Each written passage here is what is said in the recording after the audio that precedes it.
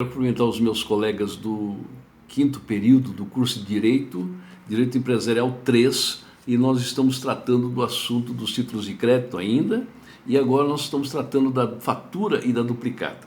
Eu quero me reportar a um texto que eu já publiquei no RA de vocês, e agora eu quero conversar com vocês agora nessa forma de vídeo. A duplicata, ela está disciplinada na Lei 5.474, de 18 de julho de 68. Lei 5474, de 1968.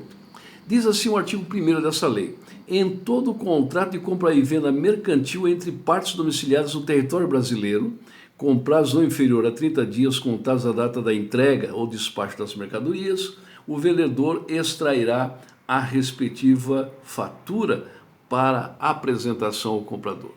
Observe na leitura desse artigo 1º que a lei me diz assim: em todo contrato de compra e venda mercantil entre partes domiciliadas no território brasileiro. Isso me indica desde logo que a duplicata ela só tem aplicação, ela só é aceitável dentro do território brasileiro. Diferente da letra de câmbio, da nota promissória que nós estudamos, e nós estudamos a partir de uma lei internacional, que é a Convenção de Genebra, a lei uniforme, estão lembrados? Decreto 57.663 de 1966. Pois bem, a lei uniforme, ela estabelece os títulos de crédito em espécie, a letra de câmbio, a nota promissória, estabelece os requisitos formais e diz que se aplica a todos os países que aderiram àquela convenção. Agora nós estamos diante de uma lei que diz que o título de crédito, no caso aqui a duplicata, se aplica exclusivamente no território brasileiro. Então nós podemos afirmar com toda a convicção que a duplicata é um título genuinamente brasileiro. Se aplica só no território brasileiro. Eu vou mais para frente identificar um pouco mais sobre a duplicata e vou trazer algumas considerações que, de certa forma, vão se equiparar, vão se harmonizar com a letra de câmbio, por exemplo, como nós já vimos. Mas, de qualquer forma, ela é um título que tem uma aplicação só no território nacional. Outro aspecto importante, ainda nesse artigo 1º, a lei me fala em todo contrato de compra e venda mercantil. Bem, eu observo o seguinte: a duplicata, ela como qualquer outro título de crédito, está mobilizando um direito constante de um contrato. Lembra-se quando nós falamos, por exemplo, da letra de câmbio e da nota promissória, e nós apresentamos um contrato hipotético de compra e venda de imóvel, com as parcelas, com o preço a pagar em parcelas, e tanto o credor quanto o devedor poderiam mobilizar aquele direito do contrato? Pois bem, quando nós falamos em letra de câmbio e nota promissória, ainda que a letra de câmbio e a nota promissória não estejam necessariamente vinculadas ao contrato que deu origem a eles, títulos de crédito, eles têm esse título como um acontecimento precedente e que motiva a criação daqueles títulos. Agora, eu posso emitir a letra de câmbio mobilizando um direito de qualquer contrato? Sim, qualquer contrato. A nota promissória é a mesma coisa? Também, a nota promissória é a mesma coisa. Seja um contrato de compra e venda de imóvel, como eu mencionei hipoteticamente, com o valor da venda a ser pago em parcelas, seja um contrato de prestação de serviços, como eu mencionei também, você como advogado, como advogada, pode oferecer os seus serviços, e no contrato de honorários você pode mobilizar esse direito a partir da emissão de uma letra de câmbio, por exemplo. Ou o seu cliente pode se comprometer a pagar a você mediante a emissão de nota promissória. Tudo bem, ok. Só que a duplicata, ela é um título que fica preso a um contrato. Mas não é qualquer contrato não. E a lei me deixa bem claro isso no artigo 1º. Em todo contrato de compra e venda mercantil. O que é um contrato de compra e venda mercantil? Bem, nós observamos que essa lei que nós estamos referindo aqui, a Lei 5.474, de 18 de julho de 68, é, portanto, anterior ao Código Civil de 2002.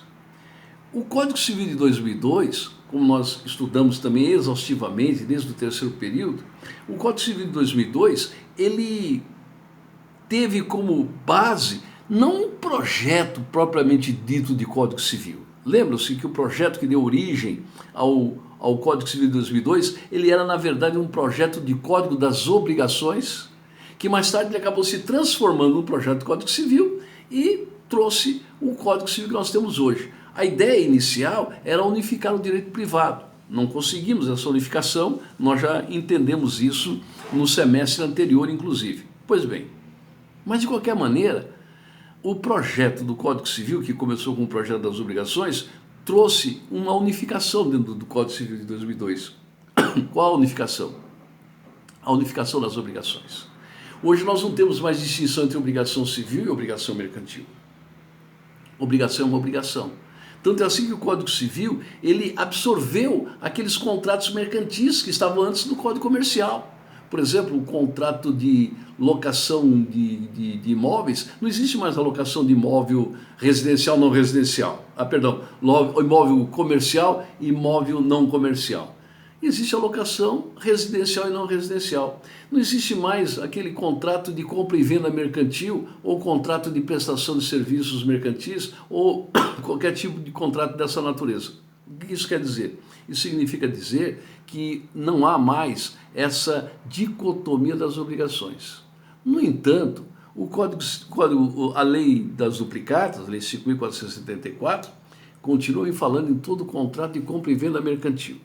Como essa lei é anterior ao Código Civil, vamos voltar no tempo e entender, na época em que nós tínhamos essa distinção entre obrigações e contratos mercantis, das obrigações e contratos civis, vamos entender como é que nós distinguimos uma coisa da outra. Pois bem, pelo contrato mercantil, o contrato é mercantil quando uma das partes contratantes, note bem, uma das partes contratantes, ela tem que ser comerciante. Ou a parte que contrata como comprador, ou a parte que contrata como vendedor. E mais, o objeto do contrato tem que ser exatamente aquela atividade relacionada com o objeto do contrato. Então, para nós ilustrarmos isso corretamente, contrato de compra e venda mercantil. Bem, sabemos o que é um contrato de compra e venda. O contrato de compra e venda é aquele contrato pelo qual o vendedor se obriga a transmitir o domínio de uma coisa para o comprador e o comprador se obriga a pagar o preço para o vendedor. Isso é o contrato de compra e venda que nós conhecemos lá no artigo 481 do Código Civil. Como é que o contrato de compra e venda ele se distingue do contrato de compra e venda mercantil? Quando o comprador ou o vendedor é comerciante. E ele é comerciante e, em razão da atividade mercantil, ele celebra esse contrato de compra e venda. Assim, o comerciante, ele celebra um contrato de compra e venda mercantil quando ele compra as mercadorias do produtor e se propõe a revendê-las ao consumidor. Nesse caso, ele é um comerciante. Ele está celebrando um contrato de compra e venda, um contrato de compra e venda mercantil, porque ele é comerciante e o objeto do contrato está relacionado com a sua atividade mercantil. Então a lei me fala exatamente nisso. Em todo contrato de compra e venda mercantil, desde que comprador e vendedor estejam domiciliados no território nacional, será emitida a respectiva fatura. Poderá, na verdade, o vendedor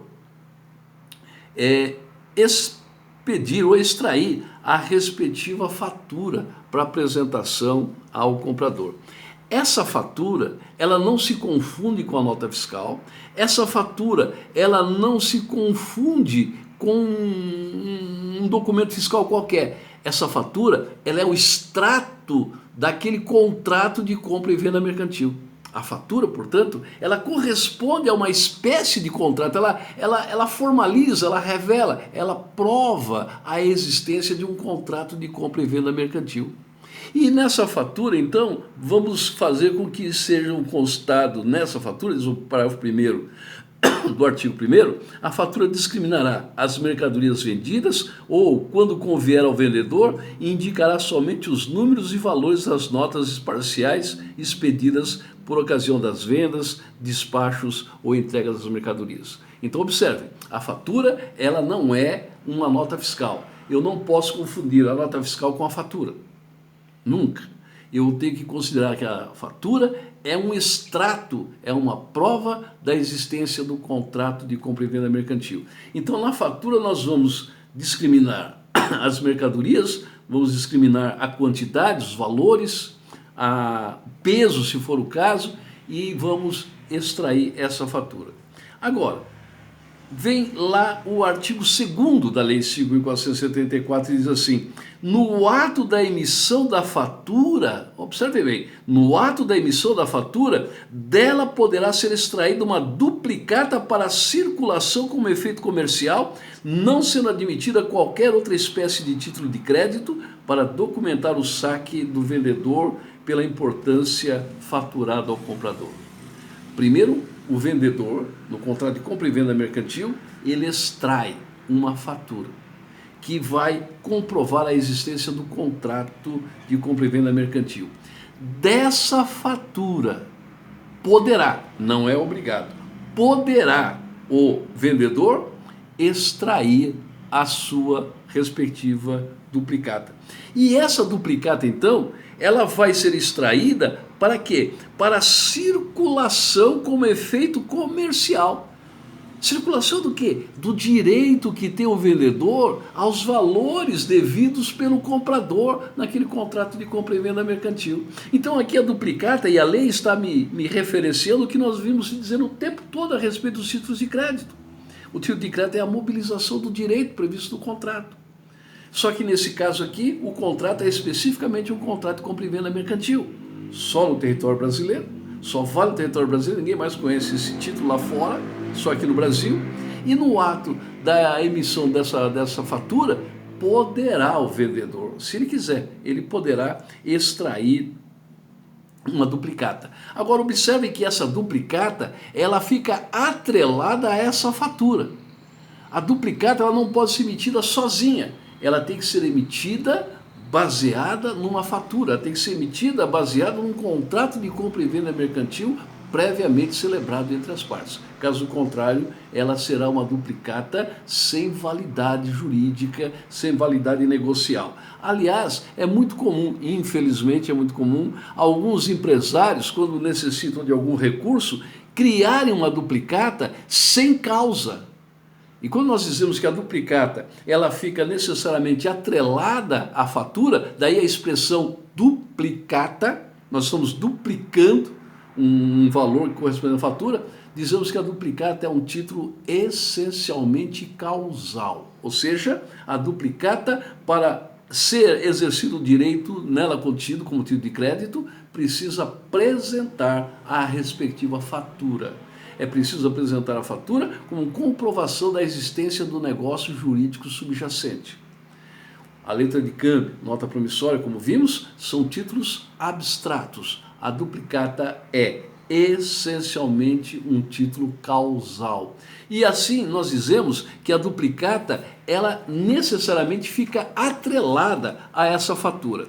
Se essa duplicata for emitida sem a correspondente fatura, nós estamos diante de um crime, em tese, tipificado no artigo 172 do Código Penal. Vejam só o que diz o artigo 172, duplicata simulada. O que é uma duplicata simulada? Segundo o caput do artigo 172 do Código Penal, 172 do Código Penal, é uma modalidade de estelionato, é uma modalidade de crime contra o patrimônio, diz assim: emitir fatura, duplicata ou nota de venda que não corresponda à mercadoria vendida em quantidade ou qualidade ou ao serviço prestado, constitui aqui um crime punido com detenção de 2 a 4 anos e multa.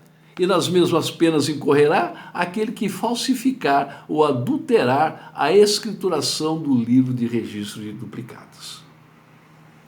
Observe então que a duplicata é um título causal. E ela se prende, portanto, à fatura. É um título que só se presta no território nacional e não fora do Brasil, porque é uma lei exclusivamente brasileira. Nós voltaremos no próximo vídeo falando sobre os requisitos formais da duplicata. Mas antes eu gostaria de lembrar aos meus colegas que, tendo alguma dúvida, por gentileza, encaminhe as suas dúvidas ou pelo meu WhatsApp, aqueles que têm meu WhatsApp, ou então pelo e-mail, conforme vocês queiram. O meu e-mail institucional aí da UDC, vocês consideram assim: BC, Benigno Cavalcante, são as iniciais do meu nome, bc@udc.edu.br. ok? Mande as dúvidas para mim, as perguntas que vocês tiverem, para que nós possamos dessa forma ir esclarecendo e tornando um pouco mais dinâmica as nossas aulas, tá bem? Até a próxima!